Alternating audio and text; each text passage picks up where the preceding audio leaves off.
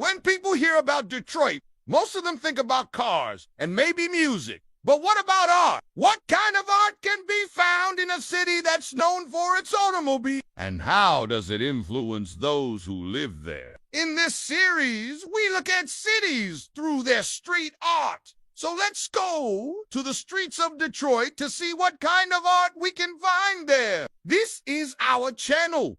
The works of Charles McGee are scattered all over Detroit. Murals, sculptures, even mosaic sidewalks. When he was just starting out, McGee couldn't afford his own art supplies, so he would draw on whatever he had lying around, including walls. He's since become one of the most famous artists from Detroit with murals all over the city. One of his most popular is the Heidelberg Project, which features two large figures made out of recycled materials meant to represent neighbors helping each other. It was created in 1986 and has been designated a National Historic Landmark. While strolling through Midtown, we came across a small but mighty mural by the artist Kwame. This piece, titled A Seat at the Table, showcases black figures front and center with the words, "We will not be moved," above them. In an interview, Akita Bamfo said he wanted to make a statement about social justice and being true to oneself. That's something the residents of Detroit seem to embrace. A few blocks away,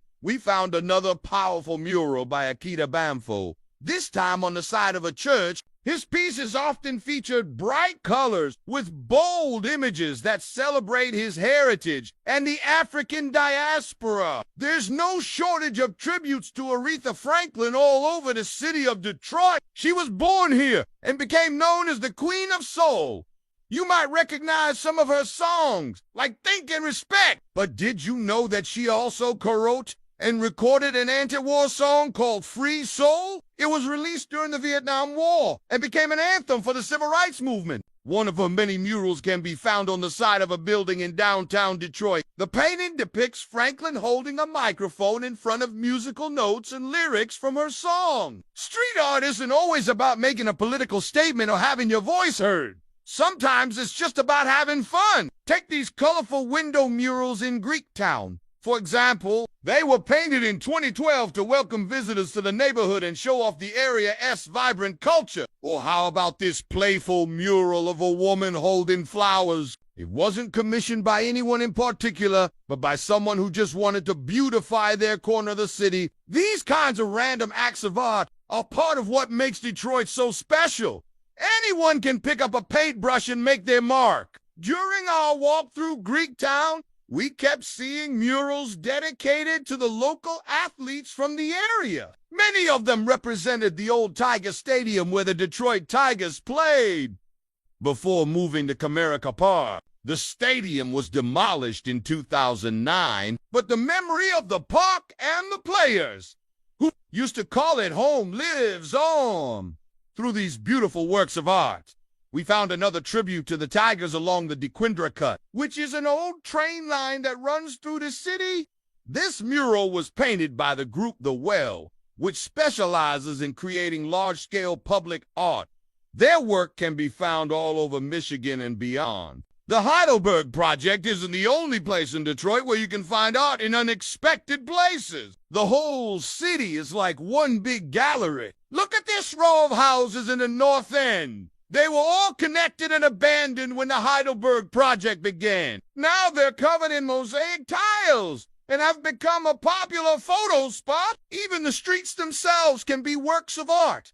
During the summer, the streets are closed to traffic in the Eastern Market area so that vendors can set up shop and sell their goods. This creates an open-air market full of color, life, and community.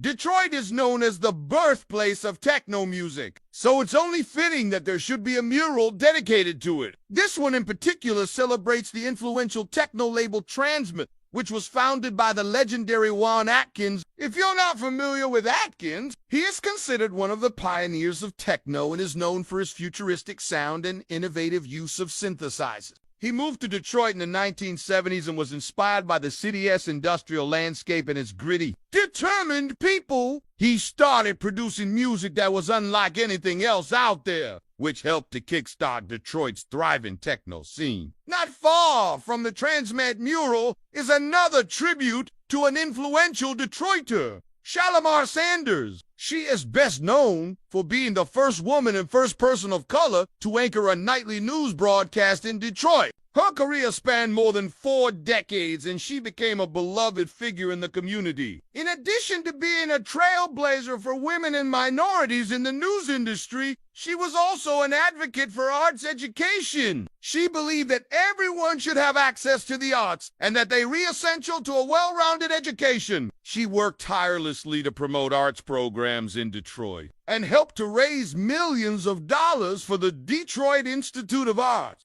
Back in Greektown, we stumbled upon this mural of Georgetown's own NFL star Calvin Johnson. He played for the Detroit Lions and was known for his incredible hands and ability to make difficult catches look easy. But Johnson is more than just a talented athlete. He's also a philanthropist who gives back to the community.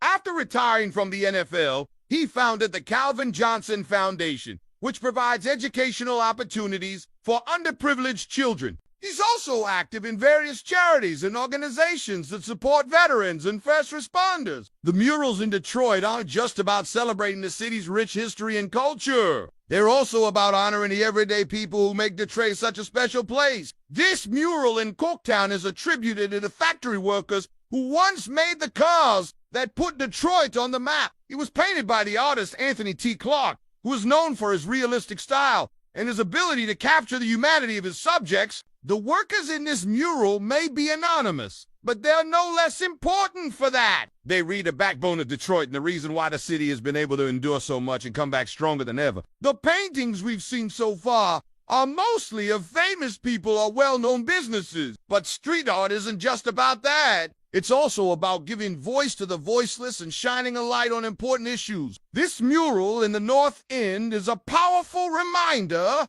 of the city's struggle with poverty and the opioid epidemic. It was created by the artist Jason Wood, who is known for his larger-scale murals that tackle difficult subjects. The image in this mural is both haunting and heartbreaking. A mother holds her dead child close while he reaches out to her for help. It is a stark reminder of the human cost of the opioid epidemic and a call to action for those who are struggling to seek help. As we continue our journey through Detroit's vibrant streets, we come across another thought-provoking mural, this time in the historic Boston Edison neighborhood. This mural, titled "We Are the Ones Who Will Stop the Killing," is a powerful message against gun violence. Created by the artist Don't Be Kelly, the mural features a young boy holding a dove while bullets in a gun lie discarded in the background. It is a reminder that gun violence affects everyone and that it is up to us to stop the cycle of violence. Our tour of Detroit street art brings us to the vibrant murals of the Eastern Market area. Here we find a tribute to the city's LGBTQ community. The mural features a rainbow painted by Detroit artist Ty Williams and is a symbol of acceptance and inclusion.